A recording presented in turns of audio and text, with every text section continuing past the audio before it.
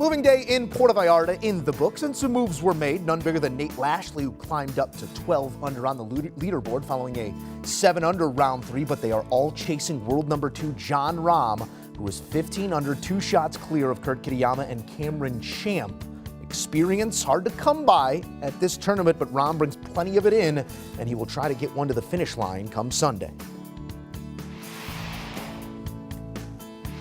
Our post-round coverage is presented by the all-new tailor-made Stealth Iron. CBS Sports data scientist Rick Gehman jumping aboard to wrap up round 3 and maybe set the stage here for the final round at the Mexico Open. Jon Rahm, with all due respect to this field here, Rick, is the man to beat in more ways than one. He lays his head on the pillow tonight thinking, these guys? Let's put it this way. How much pressure is there on Rahm tomorrow, given the strength of the chase pack or lack thereof?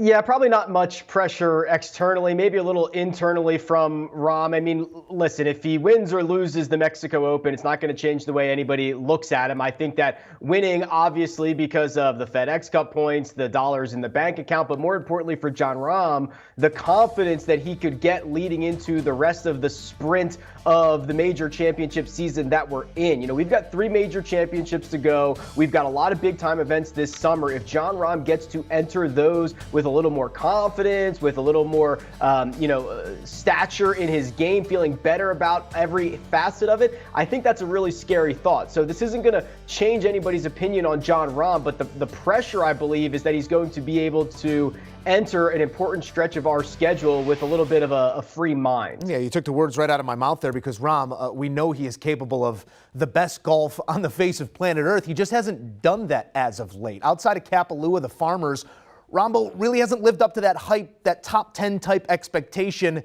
he set for himself and for all of us last season here externally. Where is the game lacking, and do you see him turning a corner here in Mexico? A little bit, yeah. The game has been lacking in the short areas, the short game, chipping, putting, pitching at times for Jon Rahm. Let's be real, he's one of the best drivers of the golf ball that we have on planet Earth. He's an excellent approach player, but statistically, he has struggled on and around the greens. Now, we're seeing some improvements here in Mexico, whether that is just a different strain of grass, paspalum, that is something that might be more comfortable for him this week to get the pace down. Maybe that's it, but maybe it is tangible gains that he can carry over into the rest of the season, because what I saw, especially here on Saturday, was a very clinical round. Jon Rahm did not have his best stuff. He got off to a slow start where he was kind of stuck in neutral for the first 5 holes, and he didn't play great, but he was able to take advantage of the holes that he had to. And at the end of the day, it's a 2-shot lead with 18 to go. That's classic clinical Jon Rahm golf. If we're looking at the numbers, trending in the wrong direction this week in terms of just a final score, but we know they are individual data points. He's gone 64, 66, 68 on that trend. I don't know if a 70 gets it done tomorrow, so let's talk chase pack. Taking a look at the leaderboard now. These names, with all due respect again, they don't necessarily jump off the board at you. We know Cameron Champ, he's got a few PGA Tour wins to his name. Even further down the board there, Kadira has a win, Nate Lashley has a win, but I think 5 wins in total beyond Jon Rahm on this leaderboard. Taking a look at that chase pack, Rick, who really poses the biggest threat heading into Sunday? I think Cam Champ does.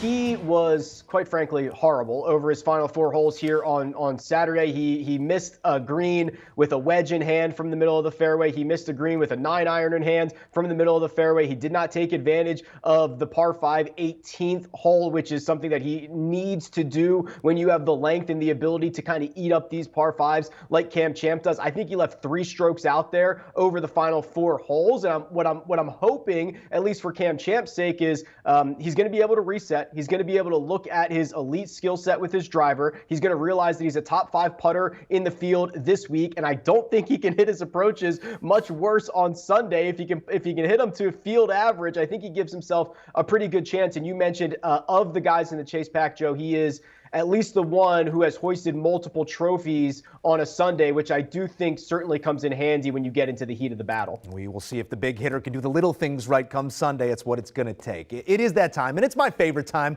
We like to put a pick to it, but I'm going to do it the Rick Gehman way. Heart says, head says, pocket says. Where are you taking us?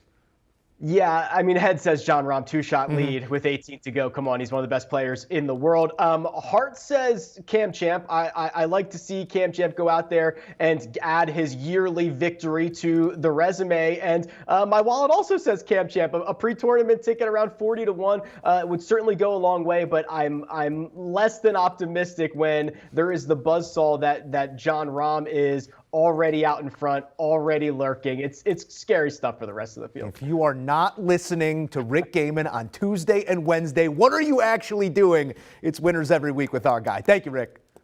Thanks, Joe. And don't forget, scan that QR code right there on your screen to check out the all-new TaylorMade Stealth irons and improve your game today. Do you want a sports network that delivers everything that matters about the game? The highlights, the picks, the instant analysis, no yelling, no fake debates, no politics. Hit the subscribe button and never miss a moment.